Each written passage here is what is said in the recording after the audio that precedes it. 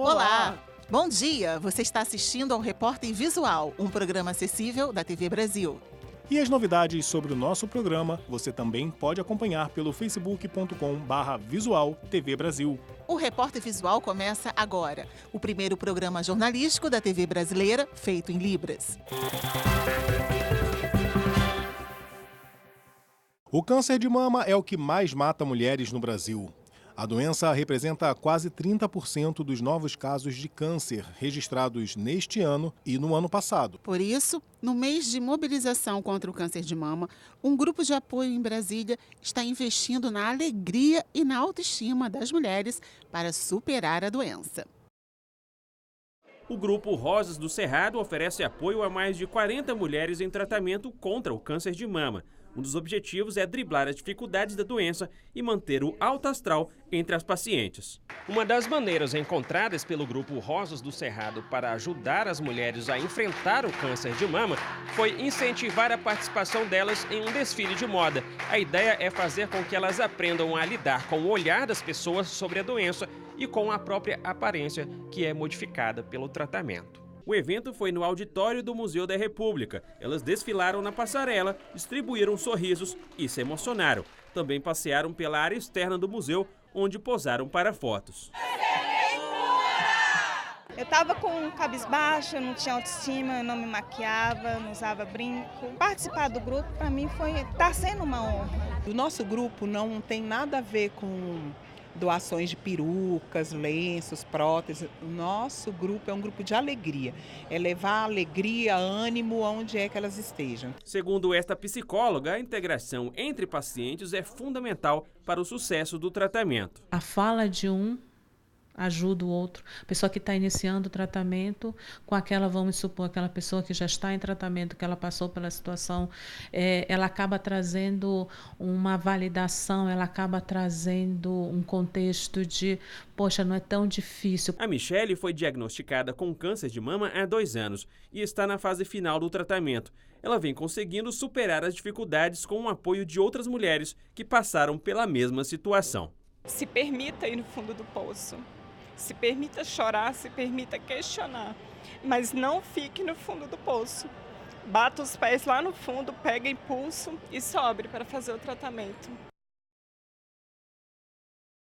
Apesar de raro, o câncer de mama também atinge os homens. Assim como nas mulheres, o diagnóstico precoce aumenta as chances de cura. E a recomendação do Ministério da Saúde é a mesma: fazer o autoexame. No início do ano passado, o seu Paulo percebeu alterações no peito, um incômodo que o fez desconfiar de doença do coração. Mas o diagnóstico foi câncer de mama. Realmente foi uma surpresa, porque eu não esperava qualquer coisa nesse sentido.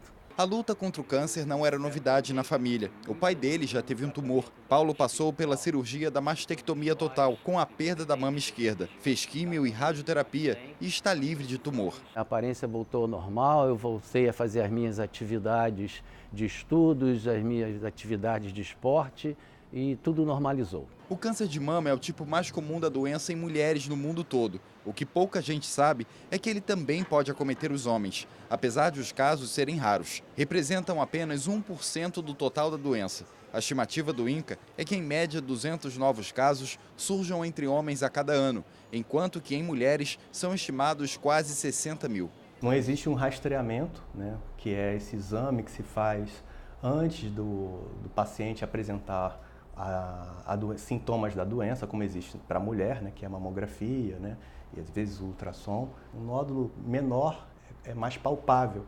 O problema é que os homens não atentam para a possibilidade de ser uma doença mais grave. Ainda não é possível apontar uma causa para o câncer de mama nos homens. Entre os fatores de risco mais importantes estão a idade avançada e a ocorrência de histórias na família. Por ser uma doença rara, é preciso que os homens estejam atentos a todos os sinais que podem ser sintomas.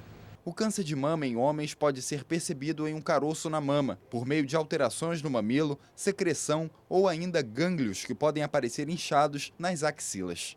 O autoexame é importante no sentido de aumentar o conhecimento da mulher, ou no caso do homem, do seu próprio corpo, e identificar alterações precocemente. Nós vamos mostrar a evolução na conquista do direito ao divórcio. Conforme a sociedade foi se desenvolvendo culturalmente, a lei tentou acompanhar essas mudanças, de um passado de preconceito para a liberdade de escolha de um casal. Tantos papéis relembram um passado recente e difícil. Daniela enfrentou durante 2 anos várias audiências até conseguir o divórcio. Foram inúmeras audiências, porque no meu caso foi um processo um pouco mais complicado, porque envolveram várias varas, no caso a de família, a civil e a criminal. Então tinham audiências de todos os lados, né? A gente tinha audiência. E isso foi um processo muito complicado, porque num momento de dor, onde a mulher ou o casal está muito fragilizado, cada audiência que vem levanta toda aquela poeira. A palestrante conta que a mãe, no início da década de 80, também passou pelos desafios do divórcio. Naquela época, o preconceito era grande. Então eu lembro, eu na escola, eu era a única filha de uma mulher separada, porque na época ainda nem existia a questão do divórcio, né? Há um tempo atrás, umas décadas atrás, quando começaram esse processo, a primeira mulher ela tinha que se desquitar, passar um tempo separada para só então ela poder divorciar. E isso a gente evoluiu muito. Existiam clubes recreativos na região metropolitana de Belo Horizonte que não admitiam em seus quadros como sócios pessoas divorciadas ou desquitadas. Só para você ter uma noção de como é que era a discriminação. Até 1977, a justiça tratava o casamento como algo para a vida toda. Mas naquele ano nascia a lei do divórcio. A partir daí, foi garantido aos casais o direito de, após 5 anos de separação, dar fim ao casamento. 12 anos depois, esse prazo foi reduzido para 2 anos. Os cartórios, a partir de 2007, ajudaram a dar agilidade a todo esse processo. Nos casos em que não há filhos pequenos e o casal decide se separar de forma amigável, a união pode ser desfeita em prazos que variam de 3 a 30 dias. A grande vantagem é a agilidade. Qualquer ação de divórcio distribuída no Poder Judiciário, ela demorará pelo menos entre 6 meses e 2 anos para que haja uma finalização com a expedição da sentença. Como eu disse aqui no cartório, se não tiver bens em 3 dias, e havendo bens, em mais ou menos 30 dias, as partes já recebem a certidão com a expedição do formal de partilha. Sérgio, em 2010, era deputado. Ele foi o legislador responsável pela Emenda Constitucional 66.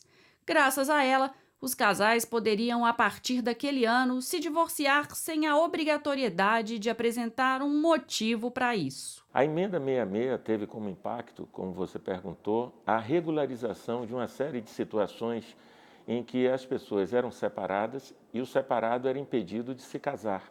Então as pessoas foram regularizar a sua vida porque quem se separava brigando, ele não queria retomar 1 ano depois. A lei dizia que para você divorciar você tinha que converter a separação judicial em divórcio 1 ano depois. E muitas pessoas não faziam isso, porque não queriam retomar 1 ano depois uma questão que lhes trazia dor, sofrimento e ou constrangimento. Daniela segue 4 anos após o divórcio, reconstruindo a vida e ajudando outras mulheres a fazer o mesmo.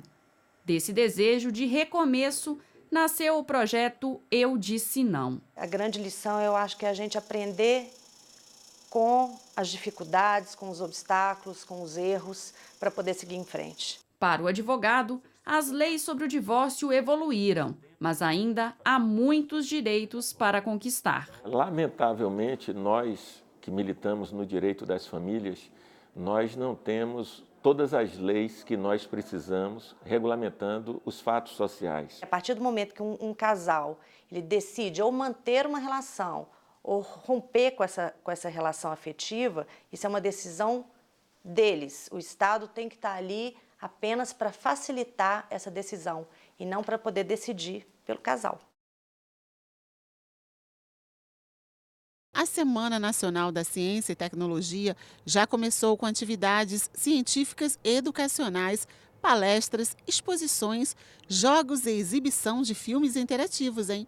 Pois é, as atividades acontecem até domingo em 23 estados e no Distrito Federal.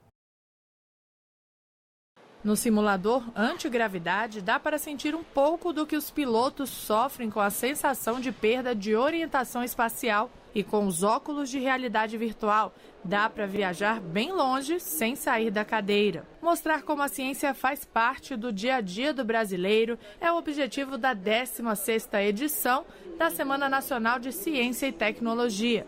Luca participa do evento pela primeira vez este ano. Ele quer ser designer de games no futuro e conta que gostou do que viu. Qualquer coisa que a gente tem que usar hoje em dia, até para pagar uma conta no banco, a gente está tendo que usar a tecnologia hoje em dia. O tema escolhido para esta edição é bioeconomia, diversidade e riqueza para o desenvolvimento sustentável. Só que em Brasília são mais de 180 expositores e 20 mil metros quadrados de área. Ao todo, os eventos preparados para a semana serão realizados em 278 municípios, em 23 estados e no Distrito Federal. Uma amostra como essa, as pessoas conseguem ter ciência das possibilidades, empresas que podem vir também já começam a pensar sobre como aproveitar essa nossa diversidade toda, a biodiversidade, e o Brasil vai crescer muito a partir daí. E o Repórter Visual fica por aqui. Pelo WhatsApp você tem um canal direto de comunicação com a gente. Anota aí o nosso número: 021 974 522 300. Tchau, muito obrigada pela companhia. Bom dia para você, tchau.